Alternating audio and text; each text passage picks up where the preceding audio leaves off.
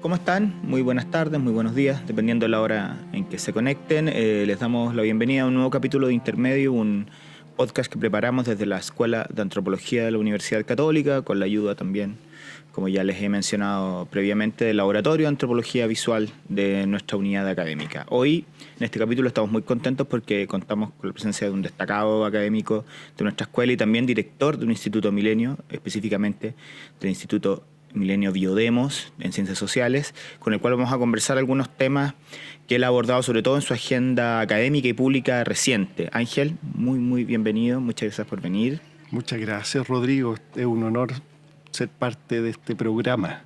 El honor es nuestro. Te quería preguntar, hace algunas semanas publicaste en CIPER una columna académica a partir de esta, no sabemos aún qué es lo que vaya a pasar, ¿no? Pero de una intención del gobierno en este momento, el poder de alguna manera delimitar los esfuerzos, las entregas de presupuestos a los institutos Milenio, a los núcleos que trabajan en ciencias sociales. Tú ahí señalabas que básicamente no se puede renunciar a las ciencias sociales porque esa investigación nos permite, de una manera muy bonita de decirlo, como comprendernos, entendernos dónde estábamos situados. Al respecto te quería preguntar, hay una crítica bien fuerte a las ciencias sociales, ¿no? De que es como una plata dilapidada porque carece de los indicadores que tienen, no sé, las ciencias exactas, en fin. Y ahí tú hablabas también de cómo evaluar. ¿Cómo podemos evaluar de alguna forma la eficiencia, la efectividad de las ciencias sociales para abordar problemas? Es una gran pregunta. Yo me sentí impulsado a reflexionar sobre eso y intervenir y con el esfuerzo de llegar a otras audiencias porque creo en el valor de las ciencias sociales, en su diversidad. Vivimos una coyuntura particularmente compleja para las ciencias sociales y las humanidades, no solamente en Chile, sino en el mundo, en donde las ciencias sociales son necesarias para complejizar los problemas y eso no significa ralentizarlos. Uno puede tomar decisiones públicas efectistas que parecen rápidas, pero las ciencias sociales con su producción de investigación y saber son fundamentales para evaluar y diagnosticar los problemas.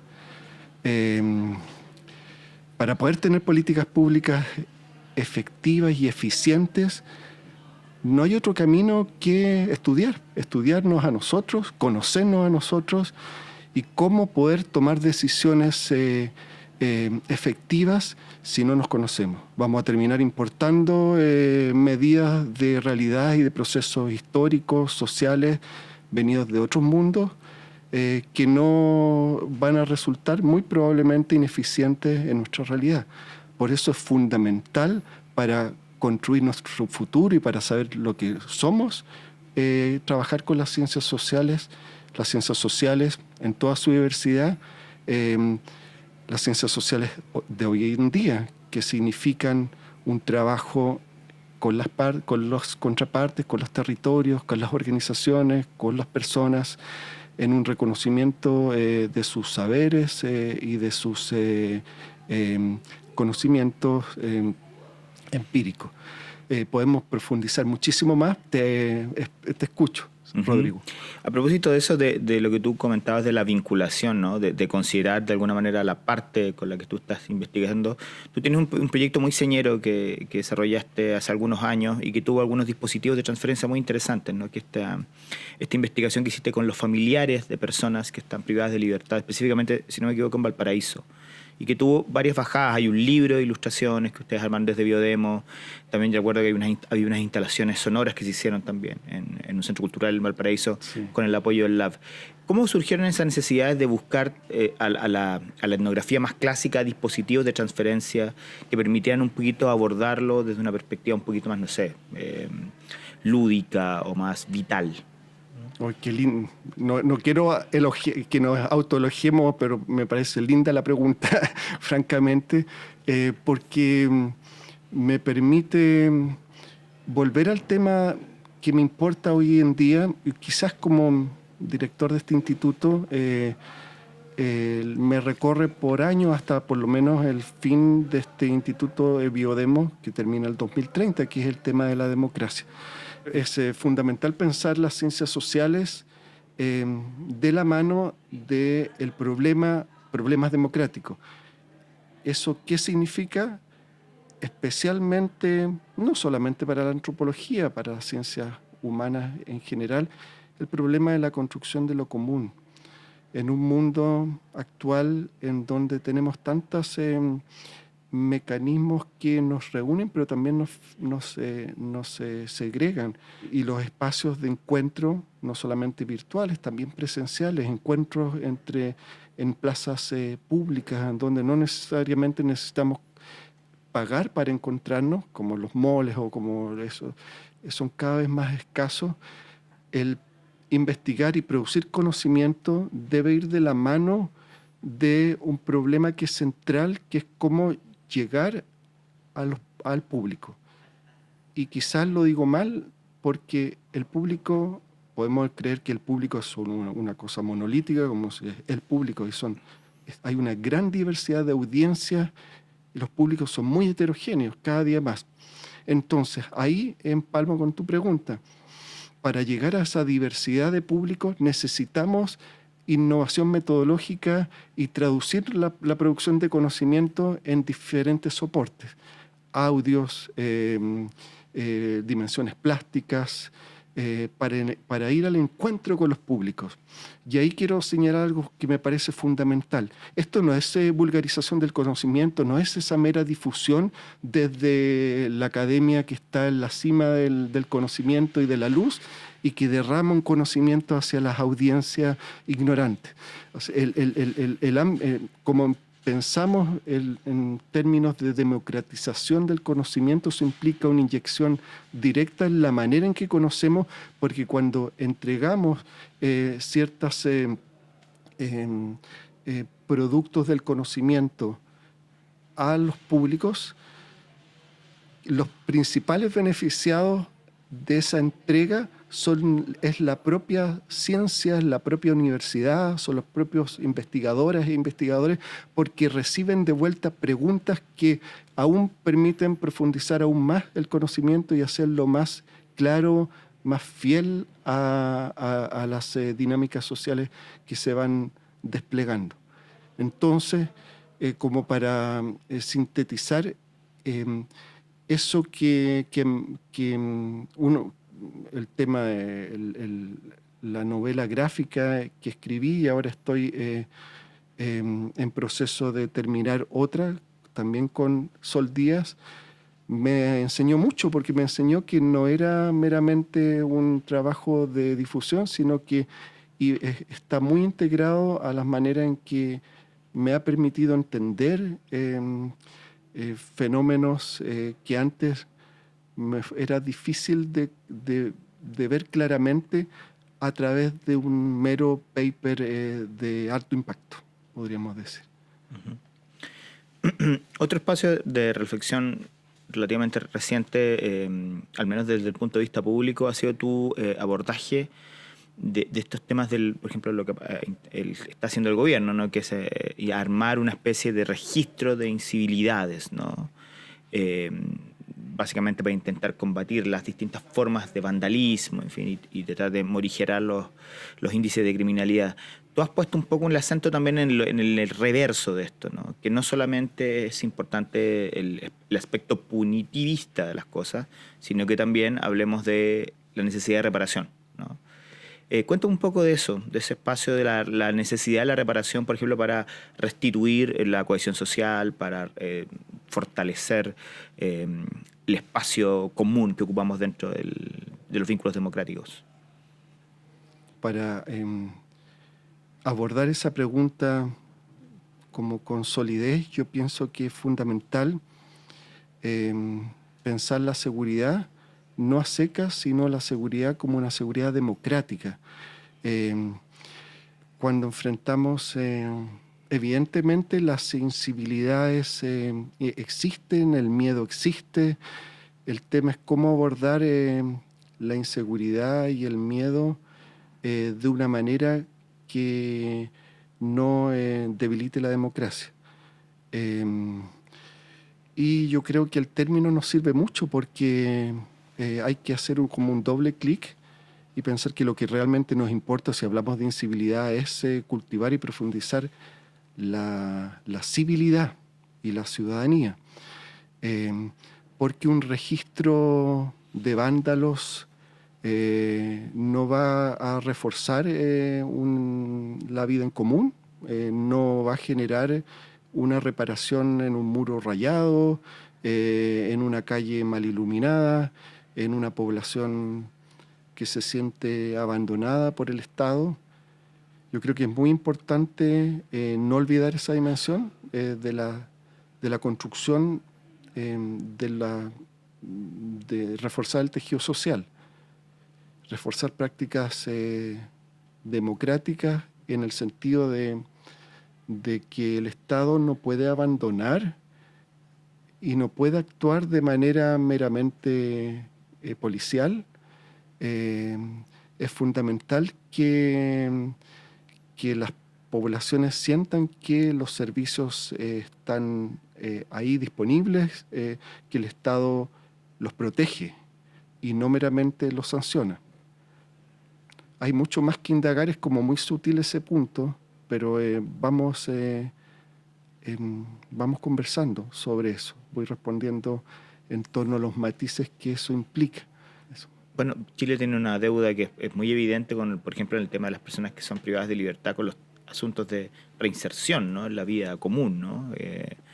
Al respecto, imagino que tú también tienes una experiencia que es en esta trayectoria de seguimiento a estos familiares de personas privadas de libertad, ¿no? Me imagino en ese caso también, personas que de alguna manera salían del sistema y que carecían también de redes de apoyo. No sé, como si podrías contarme un poco de eso, ¿no? De esas experiencias de seguimiento, de acompañamiento de estas familias que un poco quedan fracturadas porque uno de sus integrantes termina Sí. privado de libertad. Quizás me voy a focalizar en dos ámbitos. Uh-huh. Uno es específicamente sobre la pregunta que son los daños colaterales del castigo.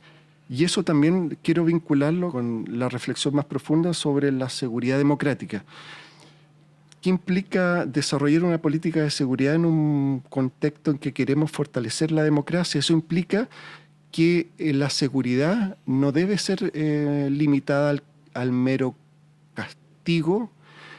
Obviamente esto tiene que ir vinculado a un discurso, a un abordaje de protección evidentemente a las víctimas, pero también con la misión de desarrollar y abrir puentes a la reinserción. También esto implica la reparación del daño, porque si no enlazamos la sanción a la reparación, el encierro, el castigo por sí mismo, la evidencia internacional muestra que genera más violencia. Las cárceles son una máquina que expande exponencialmente la violencia. Los lugares más inseguros del planeta son las cárceles. Las personas privadas de la libertad tienen que dormir con un ojo abierto y con el otro cerrado, porque en cualquier momento entre ellos, porque tú lo puedes ver hasta con un animal, tú lo encierras a un animal y comienza a generar actitudes de violencia, engendrar violencia. Entonces, ahí hay un punto. El otro punto es que por cada persona que encerramos hay un número importante de personas vinculadas a esas personas privadas de libertad que sufren el castigo sin ellas haber cometido algún acto ilícito. Sufren el castigo los hijos, muchas veces las parejas, porque el 90% de las personas privadas de libertad son hombres, muchos son padres y parejas. Implica un gran golpe económico también en las familias y barrios también, porque son parte de barrios carceralizados. Si hiciéramos un estudio, que no existen a mi conocimiento, una encuesta en términos de los barrios, al menos mi conocimiento etnográfico muestra que hay verdaderamente concentraciones de vecindarios que son permanentemente sufren el efecto de la cárcel. Esa es una dimensión. Sí, en eso me detengo. No tengo ahora una respuesta para el otro ámbito que creo que lo desconecté. Pero No te dale y ahí preocupes. respondo. Te quería preguntar, a partir de este contexto que hemos puesto de cierta amenaza más o menos velada al ejercicio de las ciencias sociales, ¿cuál piensas tú que son los principales desafíos que tienen los cientistas sociales para fortalecer su trabajo, visibilizarlo y dentro de sus posibilidades evitar esta, no sé, esta avalancha de crítica, o en fin, esta idea de coerción de su propia capacidad de trabajo, que viene de distintas partes, ¿no? Hay una censura que se instala desde cierto espacio político, desde los espacios empresariales, en fin. ¿Cómo observas tú? ¿Cuál es el desafío? ¿Qué se debe hacer? ¿Qué se debe hacer mejor? Vincularse más con la comunidad, transferir de mejor manera, en fin. Yo afortunadamente no siento censura ni siento que hay mucho trabajo que internamente debemos hacer, de llegar a otras audiencias, de tener conciencia de que al estudiar la sociedad nos debemos a ella y debemos hacer todos los esfuerzos por traducir nuestros conocimientos para llegar a los diferentes públicos y audiencias, y que eso está inscrito en la producción misma del conocimiento, y que ahí hay una dimensión de compromiso público que involucra una dimensión que no tiene que ver, que debemos dejar de pensar que el compromiso público es una dimensión que tiene que ver con lo bueno que somos como ciudadanos, que también es importante para mejorar la calidad de la producción de las ciencias sociales, en comprender que todo producto de nuestro conocimiento tarde o temprano va a contribuir a un mejoramiento de la producción de lo común. Hablar de lo social es hablar de la producción de lo común. Y yo siento que hay una gran urgencia en el mundo en que vivimos de reconectarnos con eso que nos encuentra con los otros y de construir proyectos y horizontes de vida en común que permitan a la vez resolver o al menos navegar con las dificultades que implica vivir en un mundo en común, abierto, no solamente tolerante a las diversidades, sino que fomenta las singularidades y que aprenda esas singularidades que componen lo común. ¿Qué más que las ciencias sociales para entender eso y para enriquecer nuestros propios proyectos de futuro y que implican, a fin de cuentas, una sociedad más feliz y que engendre justicia y progreso, en progreso material y también progreso en términos de dignificar los roles que distintos sectores y especialidades de oficios desarrollan dentro de la sociedad. Eso, y quisiera conectarlo con un punto que quizás no conecté en la primera pregunta sobre el castigo. Ahora que hablé de dignidad, yo creo que pensar en una justicia democrática implica también pensar que el castigo no es venganza y que no podemos, no podemos dejar de pensar el castigo o la sanción en términos de reparación y en términos de que el castigo no puede implicar borrar la dignidad de las personas. Eso. Ángel, te quería agradecer tu tiempo y habernos acompañado en Intermedio. Muchas gracias y de luego mucha suerte en los proyectos que vienen Muchas gracias y en la dirección de este importante instituto que es Biodemos. A ustedes por permitir este espacio de comunicación y también esta contribución a llegar a otras audiencias a través de, comenzando desde nuestra universidad y ojalá más allá de ella. Perfecto, muchas gracias, Ángel. Bueno, hasta luego y nos esperamos, los vemos en una próxima edición de Intermedio.